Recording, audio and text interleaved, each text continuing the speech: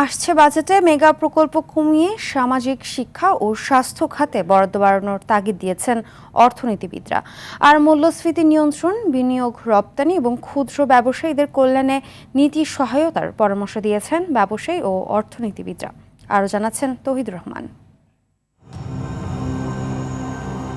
গত কয়েক বছর ধরে খাদ্যপণ্যের দাম বৃদ্ধি, জ্বালানি ও পরিবহন ব্যয় এবং সরবরাহ ব্যবস্থার দুর্বলতার কারণে বাজারে অস্থিরতা দেখা গেছে। এর ফলে সৃষ্ট উচ্চ মূল্যস্ফীতির কারণে সাধারণ মানুষের জীবনযাত্রায় বড় চাপ তৈরি হয়েছে।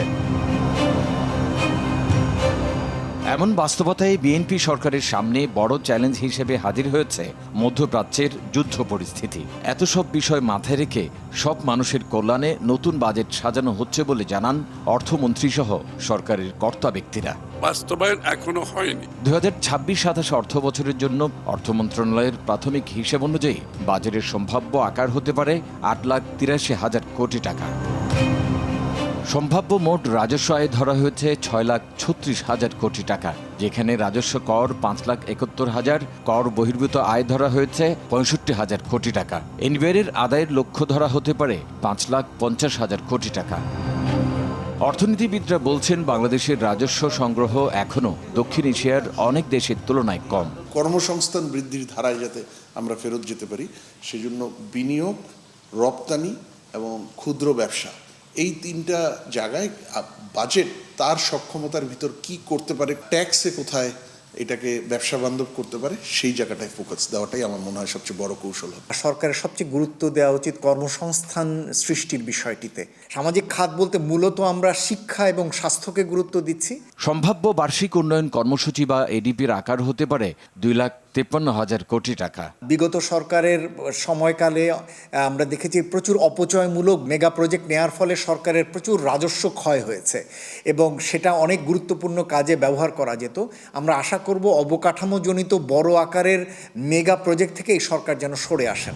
ঘাটতি ধরা হতে পারে 2,47,000 কোটি টাকা। ঘাটতি মেটাতে অভ্যন্তরীণ উৎস থেকে 1,20,000 কোটি এবং বৈদেশিক উৎস থেকে আয় ধরা হতে পারে 1,06,000 কোটি টাকা। তবে বেসরকারি বিনিয়োগের কথা মাথায় রেখে ব্যাংক খাত থেকে ঋণ কম নেয়ার কথা বলছেন উদ্যোক্তা ও অর্থনীতিবিদরা।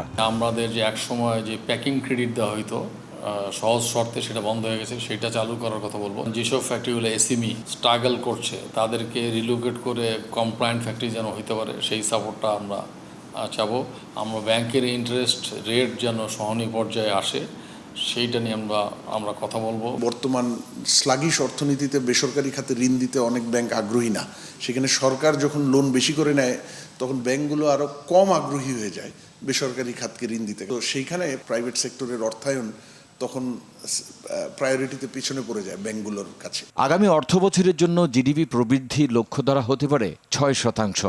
জিডিপির আকার দাঁড়াতে পারে 68,707 কোটি টাকা। তৌহিদুর রহমান, RTV, ঢাকা।